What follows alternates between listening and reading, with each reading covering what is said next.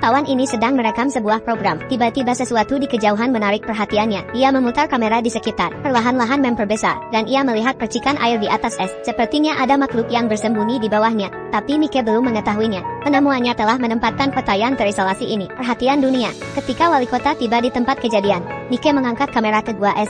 Ketika sesuatu muncul dari dalam air, Mike sedikit bingung. Mengapa paus tetap berada di bawah lubang es? Alih-alih melanjutkan hidup, penduduk desa mengatakan kepadanya, tahun ini suhu telah mendingin dengan sangat cepat. Kilo 00 laut membeku dalam semalam. Paus tidak bisa berenang sejauh itu di bawah es, jadi mereka harus tinggal di sini untuk tetap bernapas. Dan itu bukan yang terburuk. Dalam waktu 3 hari, lubang itu akan membeku. Dan kemudian keluarga 3 paus yang malang akan terperangkap di lautan es yang gelap dan mati. Saat itulah ayah paus muncul kembali. Dia tahu persis apa yang akan terjadi padanya, istri dan anak-anaknya. Tetapi dalam menghadapi kekuatan alam yang kejam, tidak ada yang bisa ia lakukan. Pada akhir malam, Mike tidak bisa melupakan ekspresi keputusasaan di mata ikan paus itu. Jadi ia mengedit rekamannya dalam semalam dan mengirimkannya langsung ke New York. Hari berikutnya, paus itu ada di berita. Kisah ini segera menarik perhatian masyarakat. Tidak lama kemudian, media dikerumuni oleh para jurnalis. Mereka semua ingin menghasilkan uang dari ikan paus.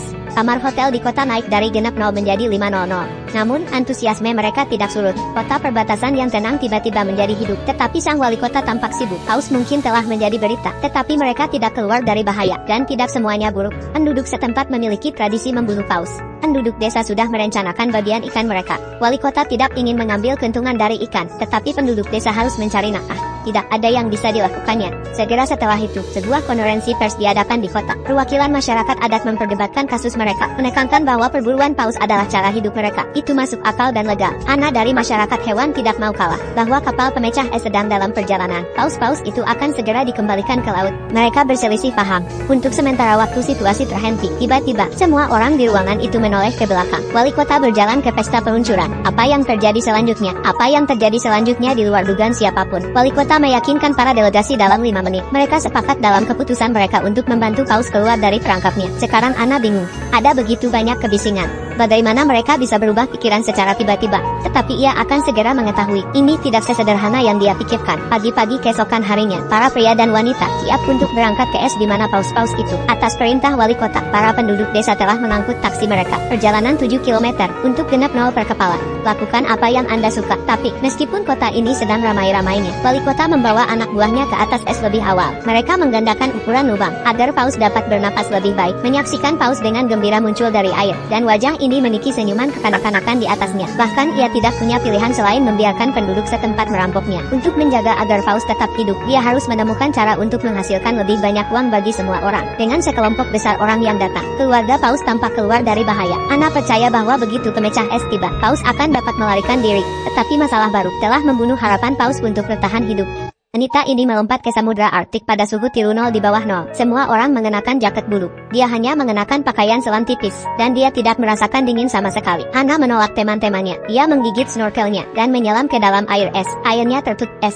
Laut pun hening, kecuali secercah cahaya melalui lubang. Kegelapan menguasai dunia yang dingin ini. Ana tidak takut. Perhatiannya tertuju pada pemandangan di hadapannya. Sekelompok paus berenang ke arahnya. Dengan rasa ingin tahu mengamati wanita itu. Tiba-tiba, Ana memperhatikan ekor paus kecil dengan jaring ikan yang melilit ekornya. Ia berenang ke arahnya, dan paus muda itu tahu bahwa manusia di depannya ada di sana untuk membantunya. Ia tak berada di tempatnya. Siapa sangka bahwa wanita ini akan mempertaruhkan hidupnya hanya untuk membersihkan tumpukan jaring ikan. Ana berenang perlahan di belakang paus muda, menarik belati dari kakinya, mengiris keras melalui jaring keras dengan kekuatan. Paus muda memutar ekornya sebagai respons. Jaring terlepas tanpa hambatan. Keluarga paus berenang ke arah Ana. Sebuah gerakan diam-diam dari rasa terima kasih. Ana membeku sejenak, kembali ke pantai. Ia dengan bersemangat mengatakan kepada semua orang, bayi paus tidak bisa berenang sendiri, karena jaring itu mencekik ekornya. Sekarang masalahnya sudah terpecahkan. Hanya harus menunggu es pecah, dan itu saja. Tapi itu tidak semudah yang Ana pikirkan. Menjelang sore hari, suhu udara turun secara dramatis. Air di mulut gua telah membeku lagi. Keluarga paus belum makan selama 7 hari. Untuk bertahan hidup, mereka telah menggunakan semua energi mereka. Dan bukan itu saja, kondisi paus muda belum membaik. Meskipun mereka telah terbebas dari jaring, tetapi luka di mulutnya telah memburuk. Ia juga memiliki kasus pneumonia yang parah. Kerumunan orang bingung, tetapi tidak ada gunanya. Yang bisa mereka lakukan hanyalah berdoa agar kapal pemecah es segera tiba. Larut malam, suhu telah turun hingga -45 derajat yang belum pernah terjadi sebelumnya. Gumpalan es di mulut gua semakin tebal dan tebal. Setiap pergantian udara menjadi lebih sulit. Orang-orang memecahkan es secepat. Esnya tidak cukup cepat pecah. Mereka akan tenggelam di bawah air. Mereka harus meminta bantuan kota. Segera, Anna tiba di tempat kejadian dengan bantuan. Tom bersaudara telah membawa alat penyelamat es mereka sendiri. Itu ada di dalam air, sehingga air tidak akan membeku. Tetapi ketika mereka mengeluarkan DC, Anna terkejut bahwa yang disebut DC itu hanya sepotong papan busa yang diikatkan ke kipas angin. Tetapi melihat kepercayaan diri Tom bersaudara, tidak ada yang bisa dia lakukan. Ia tidak punya pilihan selain mencoba. Tetapi sebelum mesin itu bisa bekerja, generator mati lebih dulu. Suhu rendah membekukan bahan bakar generator. Anna bergegas menelepon Mike untuk mendapatkan generator baru. Dan dalam perjalanan, generator tidak boleh dimatikan atau akan membeku lagi. Ketika Mike tiba dengan tergesa-gesa, ia akan naik pesawat, tetapi ia dicegah untuk melakukannya karena kabin ditutup. Asap knalpot dari generator akan mencekik orang-orang di dalamnya. Paus berada dalam bahaya. Tidak ada yang bisa dilakukan Anna. Dia mengatakan kepada pilot untuk tidak menutup palka dan terbang dalam angin dingin. Sebuah keputusan yang hampir membunuh semua orang. Di jalan, semua orang menggigil karena angin dingin. Suhu di dalam kabin minus 70 derajat. Udara yang berhembus keluar dari kabin menghantam wajah mereka, berubah menjadi embun beku putih. Tiba-tiba, pesawat meluncur. Alarm berbunyi. Semua orang sangat gugup. Kelopak mata pilot membeku, sulit untuk dilihat. Pesawat perlahan-lahan jatuh. Anna berteriak putus asa. Mike memikirkan jalan keluar, jadi dia mengabaikan penolakan pilot. Ia memegang kepala pilot dan mulai menjilati matanya. Meskipun prosesnya sedikit menjijikkan, tapi itu bekerja dengan sangat baik. Beberapa orang tiba di tempat kejadian. Daya disambungkan kembali. Unit penghilang es berfungsi. Krisis sudah berakhir untuk saat ini. Semua orang menghela napas lega. Tetapi pemecah es itu dalam masalah besar. Paus ini mencoba untuk bunuh diri. Dia menjulurkan kepalanya keluar dari air. Sekali pandang ke langit, kemudian ia tenggelam ke dalam air. Namun, manusia di pantai tidak tahu. Orang tua Paus menjulurkan kepala mereka keluar dari air untuk meminta bantuan. Orang-orang menganggap ini sebagai tanda bahwa mereka siap untuk pergi. Paus-paus itu putus asa, tetapi naluri mereka untuk bertahan hidup mendorong mereka untuk mengikuti lubang yang digali oleh manusia. Orang-orang sangat senang melihat Paus berangkat. Kegembiraan yang tinggi. Mereka berkumpul di pintu masuk lubang untuk menyaksikan. Dan saat itulah, Anna menyadari ada sesuatu yang salah. Bayi Paus itu gila. Ia pergi ke lubang pertama untuk mencarinya. Ayunnya membengkak, tetapi Paus itu tidak terlihat. Anna bingung. Ia baru saja bersama orang tuanya. Bagaimana mungkin ia bisa menghilang dalam sekejap? Dan saat itulah, wali kota berbicara tentang hukum alam yang kejam untuk bertahan hidup. Bayi Paus itu sangat sakit. Orang tuanya enggan pergi untuk merawatnya. Ia tidak ingin menyeret keluarganya ke bawah. Ia harus mengorbankan dirinya sendiri. Ia berhenti berenang. Ia membiarkan tubuhnya tenggelam ke dalam kegelapan laut. Anna tidak bisa menerima kebenaran. Dia berteriak kesakitan. Ia ambruk ke tanah. Kesedihan menyelimuti semua orang. Tetapi penyelamatan terus berlanjut. Hawa dingin akan datang. Mereka harus segera mencapai perairan terbuka secepat mungkin. Kalau tidak, dua Paus yang tersisa akan tenggelam juga. Wali kota telah memobilisasi semua warga. Semua orang menghentikan apa yang mereka lakukan.